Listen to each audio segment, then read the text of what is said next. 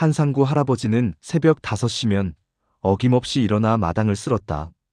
70평생을 성실하게 살아온 덕분에 시골 마을 한복판에 집 한 채와 밭 2마지기를 지킬 수 있었다. 아버지, 안녕하세요. 토요일 오후, 딸 정희가 남편과 함께 찾아왔다. 정희는 언제나 아버지를 보면 환하게 웃었다. 어머, 아버님께서 또 혼자 풀을 뽑고 계셨네요.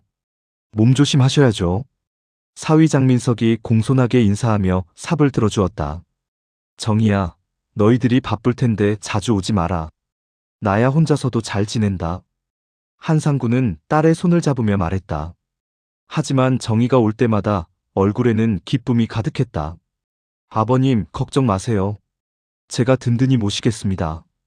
정희가 바빠도 제가 자주 뵈러 오겠어요.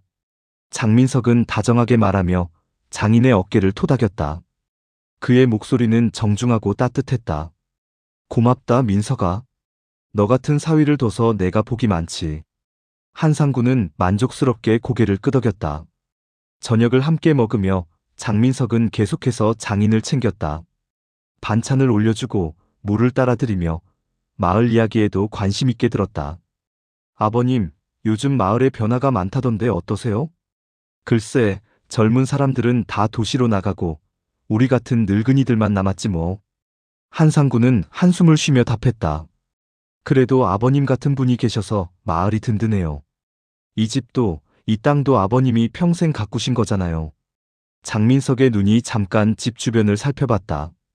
해가 저물어갈 무렵 정희와 장민석은 작별 인사를 했다. 아버지, 몸 조심하시고 필요한 거 있으면 언제든 연락하세요. 알았다, 정희야. 너희도 몸 조심해라. 한상구는 대문까지 나와 손을 흔들었다. 차 안에서 장민석은 백미러로 장인의 모습을 바라봤다. 평화로운 저녁, 한상구는 혼자 차를 마시며 창밖을 바라봤다. 마을은 여전히 고요하고 평온했다. 장민석의 핸드폰이 또다시 요란하게 울렸다. 화면에는 채권회사라는 글자가 번쩍였다. 여보세요? 아, 네. 알겠습니다. 이번 주 안에 꼭. 장민석은 전화를 끊고 깊은 한숨을 내쉬었다.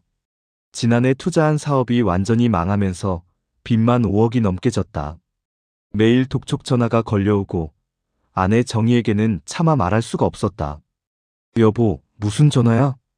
정희가 부엌에서 물었다. 아, 아무것도 아니야. 회사 일로. 장민석은 거짓말을 했다.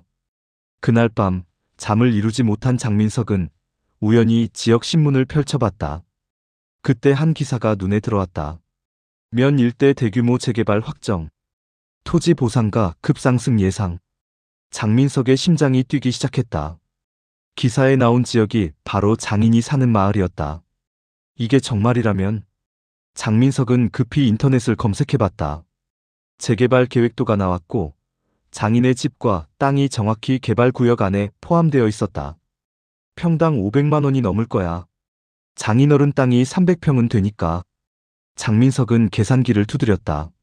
15억은 좋게 넘을 금액이었다. 다음 날 장민석은 장인을 찾아갔다. 아버님, 안녕하세요. 민석아, 웬일이야? 정희는 안 왔나? 정희는 감기 몸살로 집에서 쉬고 있어요. 제가 대신 문안 인사드리러 왔습니다. 장민석은 자연스럽게 거짓말을 했다. 그런가? 정희가 몸이 약해서 걱정이야. 한상구가 걱정스러운 표정을 지었다. 아버님, 혹시 은행에서 대출 같은 거 생각해 보신 적 있으세요? 대출? 나 같은 늙은이가 무슨 대출을 받아? 아니에요, 그냥.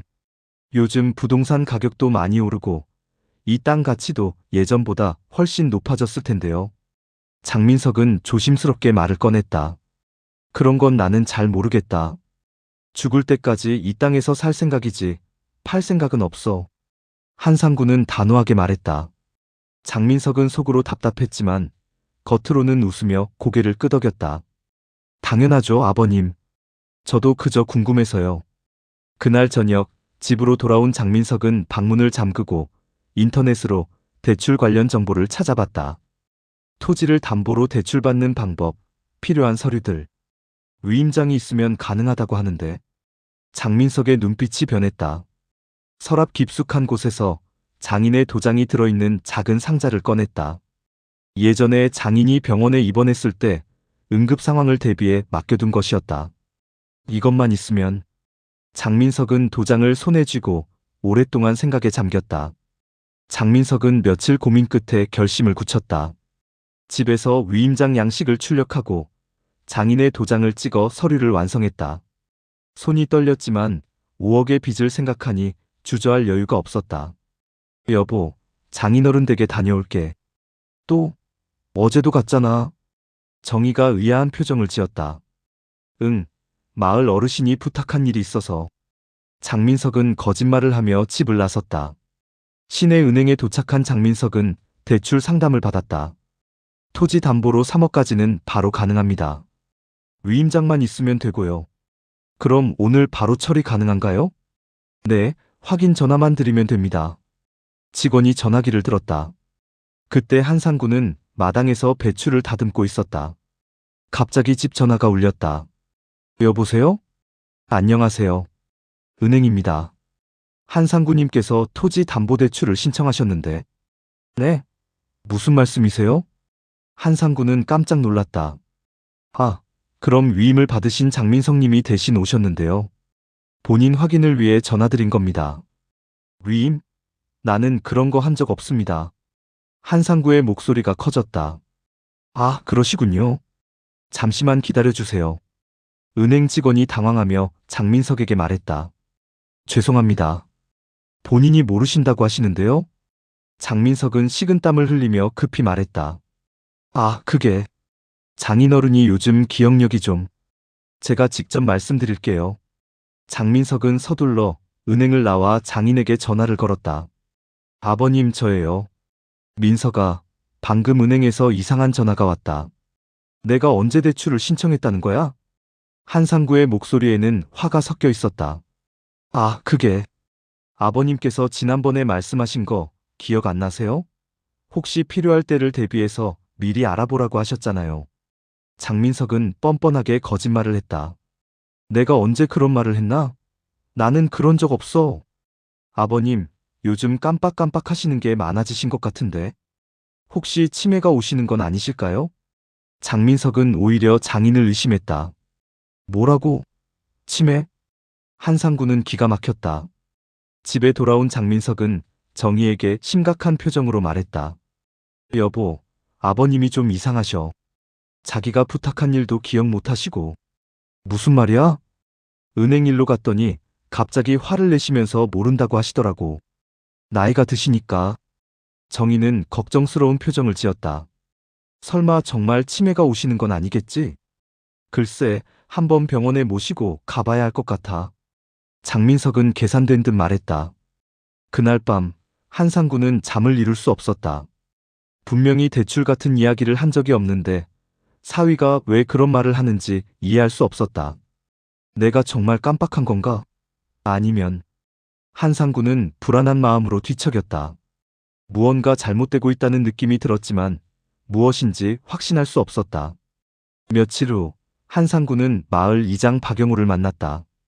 박영호는 평소 한상구와 가까운 사이였다. 상구 형님, 얼굴이 많이 상하셨네요. 무슨 일이에요? 영우야, 나한테 이상한 일이 생겼어. 은행에서 내가 대출을 신청했다고 연락이 왔는데 나는 그런 적이 없거든.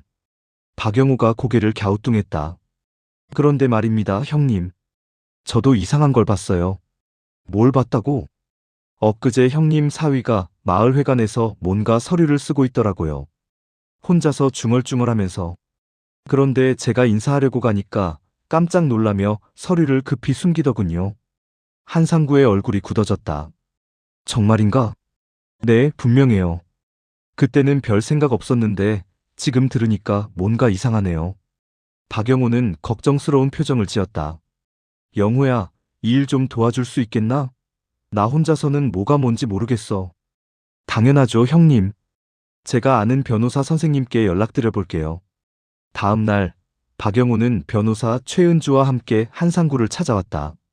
안녕하세요. 최은주 변호사입니다. 고맙습니다, 선생님. 제가 뭘 어떻게 해야 할지 모르겠어서요. 한상구는 지난 며칠간 있었던 일을 자세히 설명했다. 최은주 변호사는 심각한 표정으로 들었다. 이것은 명백한 사문서 위조 가능성이 높습니다. 일단 은행에서 위임장을 확인해 봐야겠어요. 그런데 선생님, 제 사위가 그럴 리는 없을 텐데. 한상구는 아직도 믿고 싶지 않았다. 어르신, 가족이라고 해서 무조건 믿어서는 안 됩니다. 일단 사실부터 확인해 보죠. 최은주 변호사와 함께 은행에 간 한상구는 충격적인 사실을 알게 되었다. 이 위임장의 도장은 분명히 어르신 것이 맞습니다. 하지만 서명이 다르네요. 은행 직원이 설명했다. 그리고 보니 장민석 씨가 오셨을 때 좀 이상했어요. 계속 서둘러 하시면서 떨리는 것 같더라고요. 최은주 변호사가 위임장을 자세히 살펴봤다. 이것은 분명히 위조입니다. 필적도 다르고 도장도 본인 동의 없이 사용한 것 같네요. 그때 정희가 급하게 달려왔다. 박영우가 연락을 한 것이었다. 아버지, 무슨 일이에요? 정희는 숨을 헐떡이며 물었다. 정희야. 한상구는 딸을 보자 눈물이 났다. 어떻게 말해야 할지 몰랐다. 최은주 변호사가 대신 설명했다. 따님, 죄송하지만 남편분이 아버님의 도장을 무단으로 사용해서 위임장을 위조한 것 같습니다. 네? 그게 무슨... 정희의 얼굴이 하얗게 변했다. 거짓말이에요. 우리 남편이 그럴 리 없어요. 하지만 증거는 명확했다. 박영우의 증언과 위조된 서류, 그리고 은행 직원의 말까지. 정희야, 민석이가 요즘 돈 문제로 힘들어하지 않았나? 박영우가 조심스럽게 물었다. 그게 사실은... 정희는 눈물을 흘리기 시작했다. 남편이 요즘 이상하게 전화를 많이 받고 밤늦게 컴퓨터를 하는 것을 봤던 기억이 떠올랐다. 믿을 수가 없어. 어떻게 아버지한테... 정희는 주저앉으며 울음을 터뜨렸다. 한상구는 딸의 어깨를 토닥이며 말했다.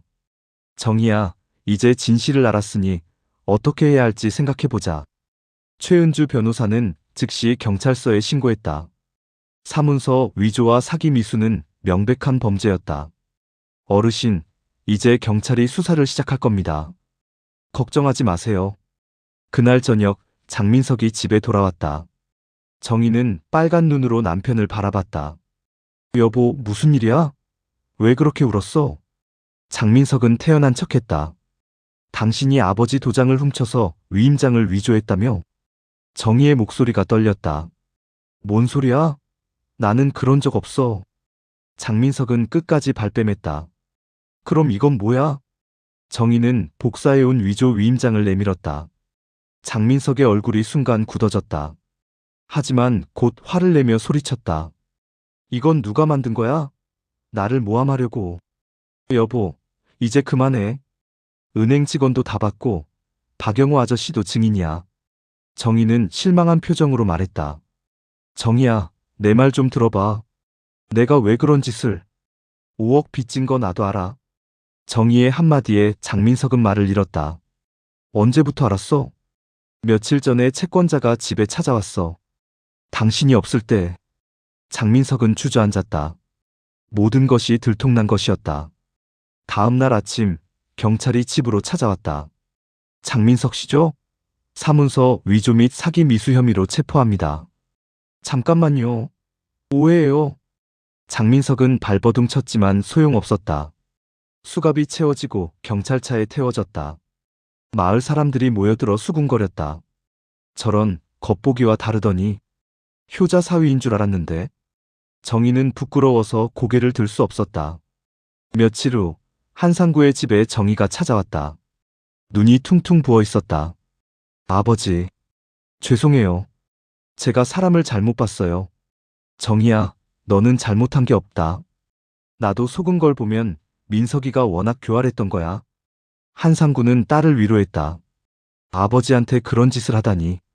저는 이혼할 거예요. 그것도 네가 결정할 일이다. 나는 네 편이야. 아버지의 따뜻한 말에 정희는 또다시 눈물을 흘렸다. 아버지, 제가 이제부터 아버지를 꼭 지켜드릴게요. 다신 이런 일 없도록. 고맙다, 정희야. 하지만 너무 자책하지 마라. 박영우가 차를 들고 찾아왔다. 형님, 좋은 소식이에요. 장민석이 법정에서 모든 죄를 인정했답니다. 그래? 그럼 이제 끝난 건가? 네, 징역 2년에 집행유예 3년이 나왔어요. 그리고 형님한테 손해배상도 해야 한다고 하더군요. 한상구는 깊은 한숨을 쉬었다. 영호야, 정희야. 이번 일로 많이 배웠다. 돈보다 중요한 건 사람의 마음이야. 아무리 가족이라도 탐욕에 눈이 멀면 이렇게 되는 거지. 맞아요, 아버지. 저도 앞으로는 돈보다 마음을 더 중요하게 생각할게요. 정희가 아버지의 손을 꼭 잡았다. 그래, 우리는 이제부터 진짜 가족이다. 한상구는 미소를 지으며 딸의 머리를 쓰다듬었다. 마을에는 다시 평화가 찾아왔고, 한상구는 정희와 함께 행복한 노후를 보내게 되었다. 탐욕에 눈이 먼 장민석은 결국 모든 것을 잃고 말았다.